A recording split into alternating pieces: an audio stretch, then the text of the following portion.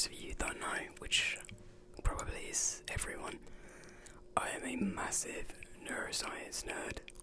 I studied psychology in university, but I took a lot of behavioural neuroscience and I'm absolutely fascinated. And I thought, since most of the particulars of neuroanatomy and neuroscience are quite boring to most people, I thought I would take something that I know that you are interested in, and that is the neuroscience of ASMR. Let's begin. All of my sources will be listed in the description, cite your sources. And yeah, let's begin. Fact number 1. ASMR is linked to synesthesia and misophonia. Some people who experience ASMR also report forms of synesthesia, which is cross-wired sensory perceptions, or misophonia, which is an intense emotional reaction to sounds, hitting at shared or overlapping brain mechanisms. Both ASMR and synesthesia involve cross-modal sensory processing. So synesthesia occurs when stimulation of one sensory pathway, so sound, leads to an involuntary response or an involuntary experience in another.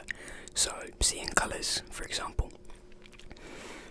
ASMR also seems to involve these cross-modal processing.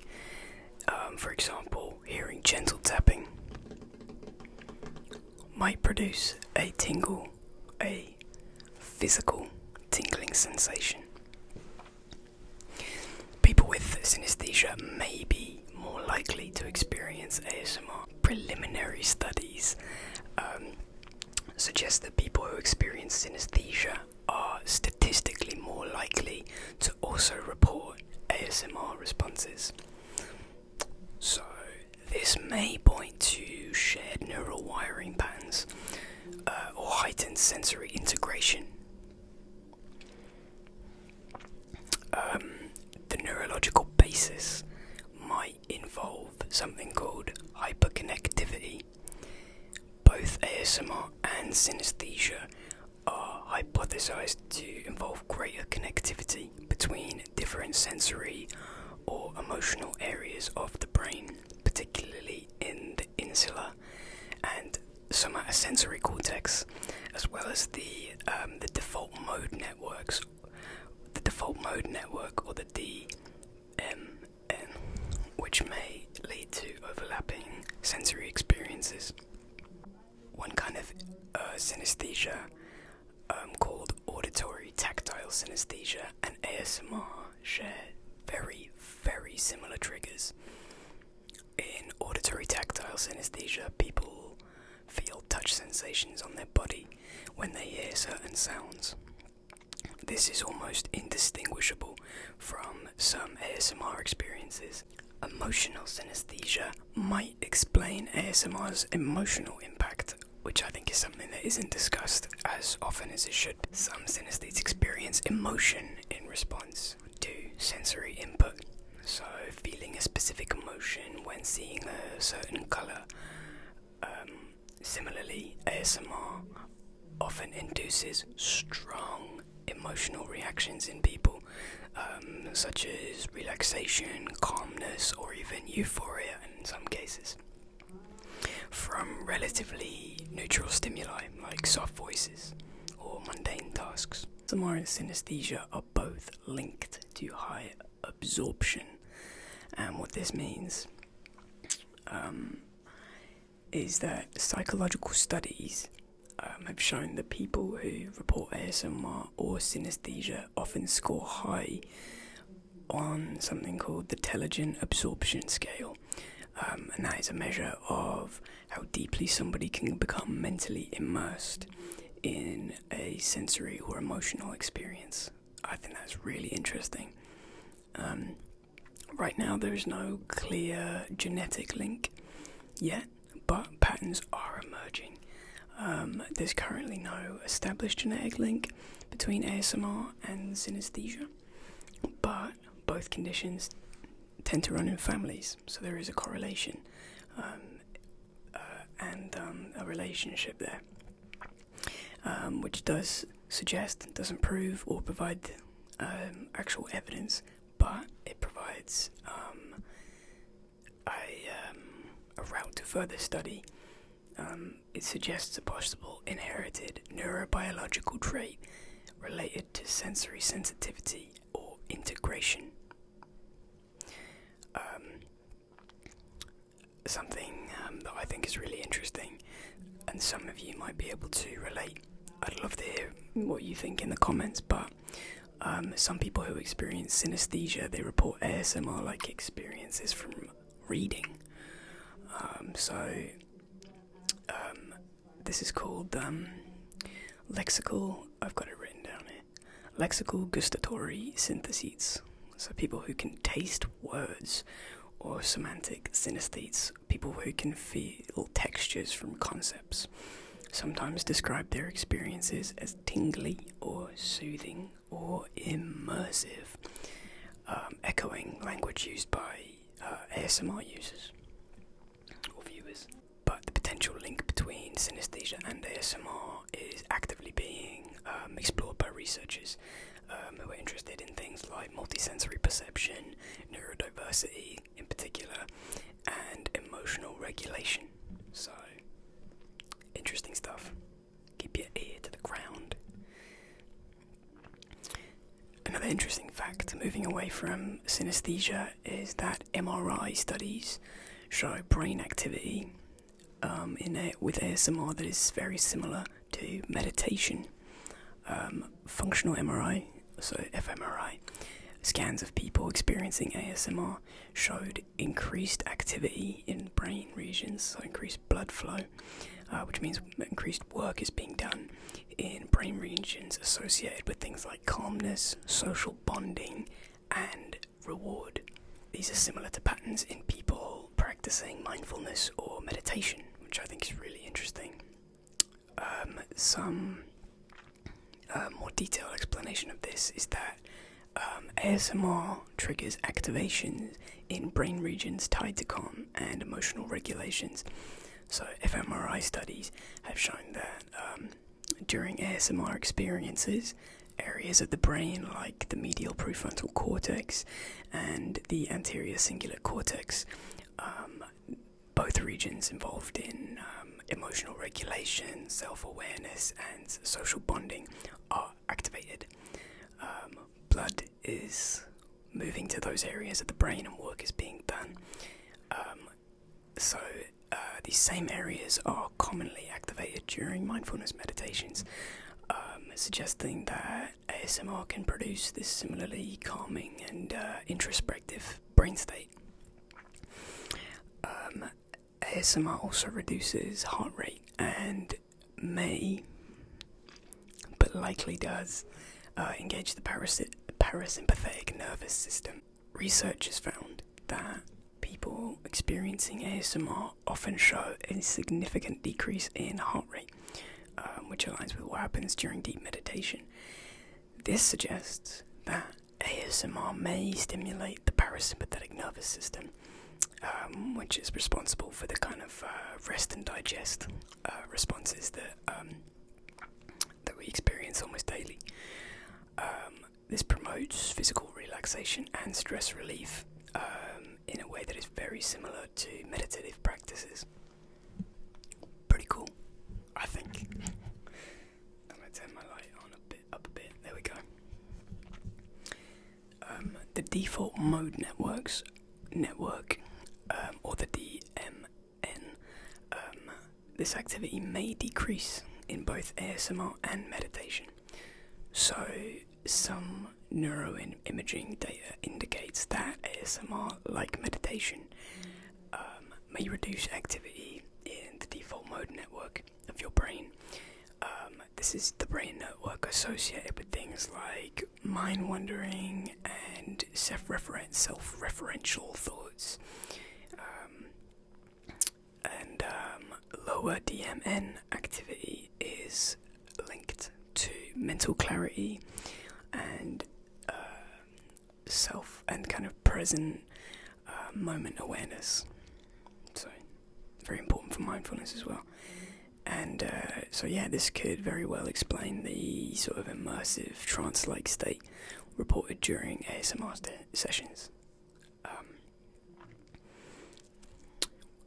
This is sort of related, but and I'm sure you all know this anyway without knowing any of the data on this, but ASMR does improve sleep and it reduces your heart rate. Scientific research does indicate that ASMR reduces heart rate and induces relaxation. So a study in 2018, I have it written here because I will forget the details, but a study in 2018 published in PLOS1 found that participants who experienced ASMR had an average heart rate reduction of 3.14 beats per minute, which is quite significant, while watching ASMR videos. This physiological calming effect mirrors what happens during pre-sleep relaxation, making ASMR a potentially very powerful tool for sort of winding down and that. Something else interesting that I didn't know is that ASMR stimuli can increase melatonin-friendly brainwaves. Even though direct melatonin measurement hasn't been widely studied, some EEG-based research suggests that ASMR triggers alpha and low beta brainwave patterns, and these are brainwaves commonly seen in relaxed and sort of pre-sleep states. And these brain states are associated with what you would expect: reduced anxiety and improved sleep onset. Something that you probably have sort of at least recognized in your day-to-day life is that some people experience ASMR from reading or music. I definitely get it from music. Known as Frisson, not vision, Frisson, or some people call it aesthetic chills. Some individuals feel ASMR-like sensations when reading poetry or listening to emotionally powerful music, even though that's not like classic ASMR, right? So Frisson and ASMR are distinct but definitely overlapping phenomena. So Frisson, you've definitely experienced it. It's just a brief, intense sensation, often after so it's often triggered by very emotionally powerful music, poetry, dramatic moments or performances, and while it kind of tends to feel like a rush or a shiver, ASMR is often described, and I definitely relate to this, as sort of a soothing wave-like tingle. So there is a bit of difference in the sort of type of arousal, but they both involve emotional arousal and sensory engagement, which is significant. And some individuals even report experiencing both simultaneously, which makes sense. I suppose if you had kind of music-related ASMR, that would be cool. I didn't know this, I don't experience this, but reading can trigger ASMR through mental imagery and emotional resonance, which makes perfect sense, but I personally don't get this. Some people experience ASMR like tingles when reading like evocative literature or poetry or narratives that involve things like intimate moments, soft dialogue, or detailed sensory descriptions. So this suggests, which I think is fascinating, that internal stimuli, so things that you can't hear or see or smell, taste, internal stimuli, like your imagination or emotional tone, can also trigger ASMR. Not just external sounds like and visual triggers. I think that's so cool. Another fact I have here is that both ASMR and Frisson involve the brain's reward and emotional centers. So neuroimaging studies have shown that both ASMR and Frisson activate regions such as the nucleus accumbens, the insular cortex, which we mentioned before, and the prefrontal cortex, which is, you've probably heard of that if you've never heard of anything else. It's the front region of your brain. And these are all areas associated with things like pleasure, anticipation, which I think is an interesting one for ASMR, and emotional processing. So this could explain why some people experience tingles from music or literature that resonates really deeply with them. So let's see.